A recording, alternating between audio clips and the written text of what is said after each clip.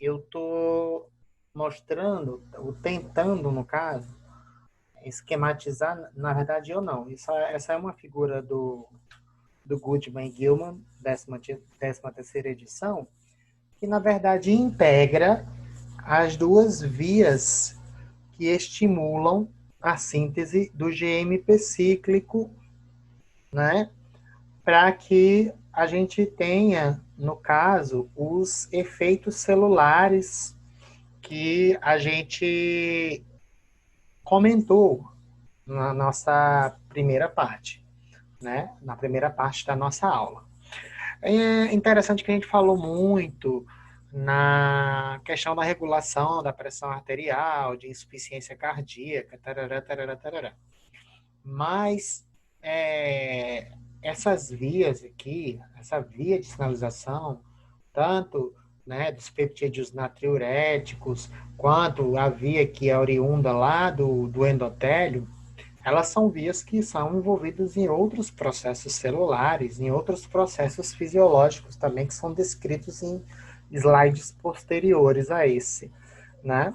Mas o que eu estou mostrando aqui é que essas vias da guanililciclase ligada à membrana e também da guanililciclase solúvel, elas podem ser vias que se integram, ou seja, convergem para o mesmo caminho.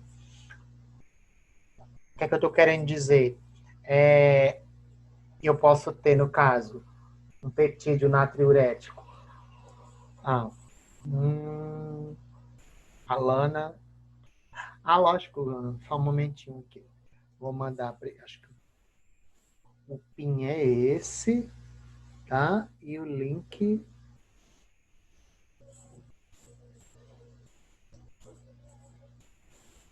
Tá aí, link PIN, tá? Ah. E aí, gente, no caso, aqui, não lembro nem onde, acho que onde é que eu estava? Eu estava no GMP cíclico, né? Se a gente observar, o peptídeo natriurético, ele vai ativar o receptor de membrana, mas aí a gente tem também aqui o óxido nítrico sendo produzido lá na célula endotelial e ativando aqui a guanilil ciclase solúvel. Então, a gente vai ter uma produção de GMP cíclico em massa, ou seja, uma produção maior do que o que haveria se a gente tivesse apenas uma isoforma da guanililciclase sendo ativada, né? E isso geralmente ocorre em condições fisiopatológicas, né? É muito importante que a gente também fale que, por exemplo, esse GMP cíclico aqui, ele causa o relaxamento do músculo liso ou de musculatura lisa, tanto no caso de vasos, né, vascular, mas de outros tipos de músculo liso. Por exemplo, a musculatura lisa de corpo cavernoso, no pênis, né? E é esse um dos principais mecanismos envolvidos na ereção peniana. E o óxido nítrico, para vocês terem ideia, ele está hiper, ultra, mega envolvido no que a gente conhece como disfunção erétil.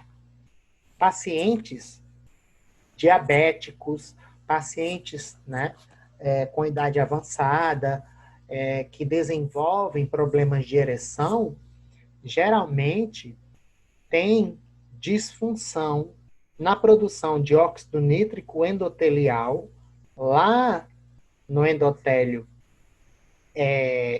como é que se diz, que libera, produz óxido nítrico e age, esse óxido nítrico age na musculatura lisa dos corpos cavernosos, né, promovendo o relaxamento desses corpos cavernosos, e aí isso vai fazer com que haja um maior fluxo sanguíneo e aí vai haver a ereção peniana.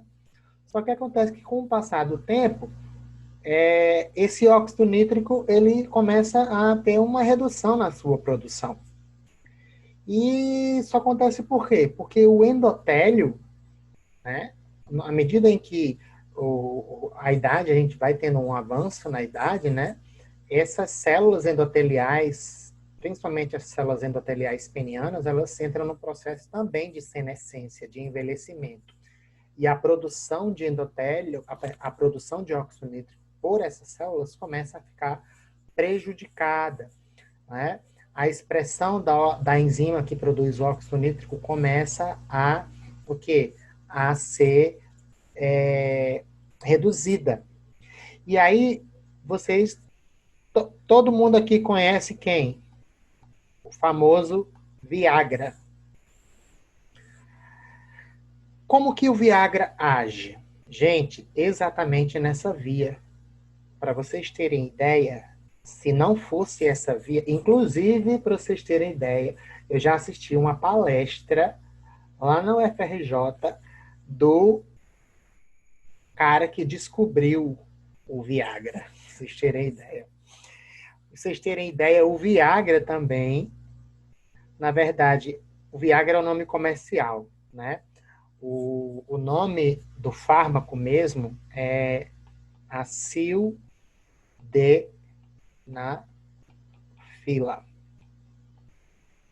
Essa substância que é utilizada para o tratamento da disfunção erétil e que muita gente, tem muitos jovenzinho aí, né, tomando de maneira indiscriminada, sem saber, né, que os efeitos adversos que isso pode causar, isso pode até induzir uma parada cardíaca por conta de como é que se diz, aumento exacerbado dos níveis de GNP cíclico no coração, e isso pode trazer consequências drásticas. Mas o que o Viagra, ele, por exemplo, faz para normalizar o que o óxido nítrico não está conseguindo fazer porque ele não está sendo produzido devido à disfunção do endotélio lá do corpo cavernoso. Gente, o GMP cíclico, quando ele é produzido, a função dele, lógico, a gente já sabe, que é ativar a PKG. E essa PKG ela vai gerar os seus efeitos celulares, na maioria das vezes, a ativação de canal de potássio em musculatura lisa. Né? No corpo cavernoso, isso vai gerar ereção peniana. Mas, como toda substância, né, ou como a maioria das substâncias endógenas, esse GMP cíclico, em algum momento, ele precisa ser o quê? Ele precisa ser metabolizado. E aí, quando ele é metabolizado, ele é transformado em um nucleotídeo chamado de, 5-GMP. Na verdade, esse 5-GMP, ele perde a sua estrutura cíclica, ele não tem mais um formato cíclico, ele pode induzir outros efeitos celulares, todavia, esse 5-GMP, ele não ativa a PKG. E aí, o que acontece? O GMP cíclico é metabolizado por essa enzima aqui, ó, PDE. Na verdade, essa sigla PDE é a sigla que, na verdade, é oriunda do termo fosfodiesterase. E aí, essas enzimas fosfodiesterases, elas degradam esse GMP cíclico ativo para PKG, e aí ele não consegue mais ativar a PKG. E aí o que, que o Viagra, que é a sildenafila, faz? Simplesmente, o Viagra é um inibidor dessa fosfodiesterase. Se você inibe a PDE, o GMP cíclico não vai ser degradado. E aí ele vai ficar mais biodisponível para ativar a PKG. Então, fisiologicamente, sempre que o GMP cíclico é produzido, ele precisa ser metabolizado. Mas se você bloqueia ou inibe o metabolismo do GMP cíclico com a sildenafila ou Viagra, você vai ter ele biodisponível por mais tempo. E isso vai compensar aquela redução do óxido nítrico no paciente que tem disfunção erétil. E aí o paciente que tem disfunção erétil consegue a ereção peniana, né? Ele tem o desejo sexual, ele tem a libido, mas ele não consegue, o pênis ele não consegue a ereção por conta dessa, como é que se diz, desse mecanismo que está disfuncional. Inibe a PDE, que inclusive é a fosfodiesterase 5, PDE5, e aí o GMP cíclico consegue ativar mais a PKG e você consegue normalizar isso. O problema é que essa enzima também está expressa nos vasos, ela também está expressa no coração e em outras células. E aí tem muita gente que toma, inclusive eu já vi pessoas morrerem de parada cardíaca por fazerem overdose de Viagra, de sildenafila, né? Enfim, essa seria uma utilidade clínica, no caso, né, dessa via de sinalização, ou seja, você pode utilizar essa via para tratar, por exemplo, a disfunção erétil, né? Essa via de sinalização também é útil quando você pode, quando você quer tratar, por exemplo, um paciente, tanto que o paciente hipertenso, mas também um paciente que tem angina, com os conhecidos doadores de óxido nítrico, que são substâncias que têm em sua molécula, ou seja, fármacos que têm em sua molécula o óxido nítrico, e aí quando você administra esse fármaco no paciente, o óxido nítrico ele consegue ser liberado da molécula desse fármaco, e aí ao invés de sair do endotélio, o óxido nítrico ele vem do fármaco, e aí ele vem e ativa a guanililciclase, gerando a vasodilatação, pode ser uma vasodilatação coronariana, por exemplo, é utilizada para o tratamento da angina, né? Existem outras utilidades clínicas. Aqui eu mostro mais uma vez aquela questão lá da via da guanililciclase solúvel, né, síntese de óxido nítrico, que eu já falei para vocês, eu desenhei isso para vocês, o que é que ele vai fazer? A PKG vai simplesmente ativar o canal de potássio, causando hiperpolarização, redução da pressão arterial. Mas aí a gente começa agora a falar de outros efeitos fisiológicos que o óxido nítrico pode causar. Então, não é somente a regulação da pressão arterial sistêmica e também pulmonar, ou seja, da pequena circulação que o óxido nítrico participa. Ele também regula o quê? A ereção peniana. Simplesmente o óxido nítrico participa da citotoxicidade mediada por macrófagos e neutrófilos, que é muito importante, né, para o combate a vírus, bactérias, fungos, enfim, micro-organismos. Ele é um segundo mensageiro, é um mensageiro intracelular que causa inibição da adesão e agregação plaquetária, ou seja, o óxido nítrico, ele simplesmente reduz a chance da formação de trombo, ou de eventos trombóticos, né? Ele é um antiagregante plaquetário endógeno, produzido pelo nosso organismo, inclusive pelos nossos vasos sanguíneos. Então, quando eu falei para vocês que o vírus da Covid-19 causa injúria no endotélio vascular, ele reduz a produção de óxido nítrico. E o que é que isso pode causar? Se o óxido nítrico diminui a agregação plaquetária, você reduz a produção de óxido nítrico, a agregação plaquetária vai aumentar. E isso aumenta a chance do paciente ter o quê? Formação de trombo, mas não são só esses os mecanismos envolvidos nessa chance de desenvolvimento de trombose, não.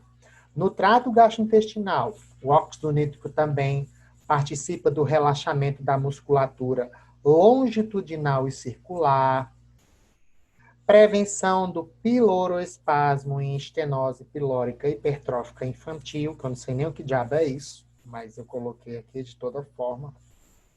Ele é um citoprotetor, ou seja, fisiologicamente, né, porque muita gente aqui já deve ter ouvido o ditado que diz: tudo demais é veneno. O óxido nítrico, quando é produzido em grande parte das células e tecidos onde ele é produzido, em quantidades fisiológicas, ele é uma substância que causa efeitos benéficos, né? E aí ele causa, por ser benéfico, ele é citoprotetor. Citoprotetor também porque ele reduz também a chance de estresse oxidativo, ele também reduz a ativação do sistema, aliás, é uma substância anti-inflamatória, ele causa proteção contra a formação de quê? De placa de ateroma, e lógico, já falei para vocês na questão da trombose. Olha quantas coisas o óxido nítrico faz.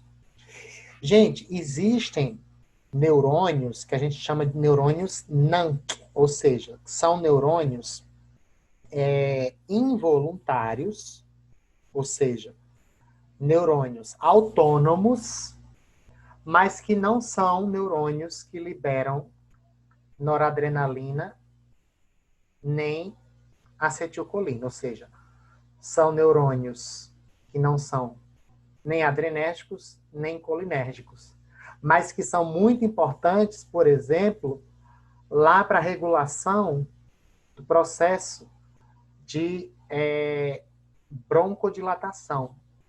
Pacientes asmáticos têm deficiência na produção e liberação de óxido nítrico por esses neurônios NANC. E aí, por isso que esses pacientes, eles têm, né, crises de broncoconstricção. O óxido nítrico também é muito importante para a aprendizagem, para a memória. Ele age em inúmeras regiões do nosso sistema nervoso central, regulando a memória, o apetite. Olha só, pessoal do odonto, que a gente começou a falar sobre dor hoje, nocicepção. O óxido nítrico, pra vocês terem ideia, quando ele é produzido lá no corno dorsal da medula,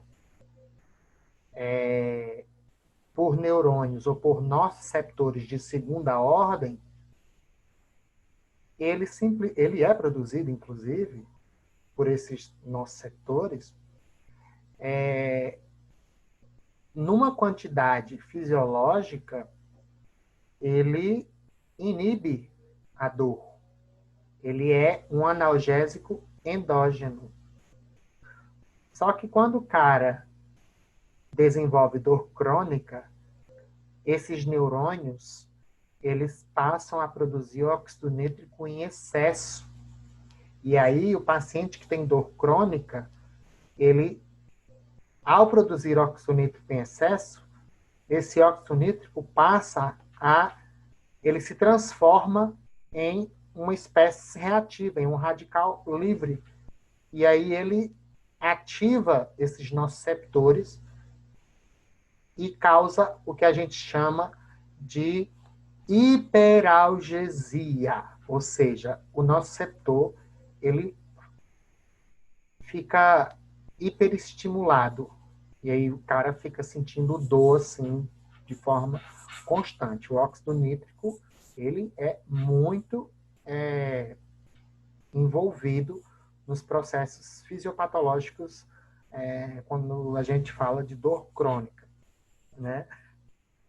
Em nível periférico, se chama nervoso periférico também, ele também está envolvido no esvaziamento gástrico, já falei da ereção peniana, né? Já falei que ele é sintetizado em circunstâncias fisiológicas quanto patológicas, exemplo da dor crônica, né? O aumento ou redução na produção podem contribuir para o desenvolvimento de doenças, e a gente entende o porquê, né? A produção deficiente do óxido nítrico neuronal, em lactentes, no caso, com estenose pilórica hipertrófica, pode causar algum tipo de consequência que eu realmente procurei, não entendi o que isso implica, mas o que eu vi é que pacientes, aliás, bebês, né, que têm estenose pilórica hipertrófica, têm uma deficiência na produção de óxido nítrico neuronal. Mas qual a implicação disso, eu não consegui encontrar, infelizmente. Se vocês tiverem a curiosidade de procurar e conseguirem encontrar. Em doenças, por exemplo, né, já falei para vocês, redução da produção de óxido nítrico pode contribuir para a formação de placa de ateroma e de trombose. Como é que se diz? Paciente que tem diabetes tem disfunção endotelial. Se ele tem disfunção endotelial, ele produz menos óxido nítrico. E isso é ruim, porque ele pode também se tornar hipertenso. Então, o diabetes é uma doença que pode, em longo prazo, se não for tratada, causar hipertensão. E aí, como tudo demais é veneno, se o óxido nítrico for produzido de forma excessiva, ele pode, no caso, em doenças neurodegenerativas e no choque séptico, ter importância na fisiopatologia e também no AVC isquêmico, demência da AIDS e doença de Huntington. Tá? Gente, seria basicamente isso que a gente teria para falar hoje. Vocês entenderem a importância da via do GMP cíclico, do óxido nítrico e da PKG. E semana que vem a gente vai começar a falar sobre a transativação de receptores acoplados à proteína G, ou seja, de vias que se interligam. Né? Um receptor acoplado à proteína G,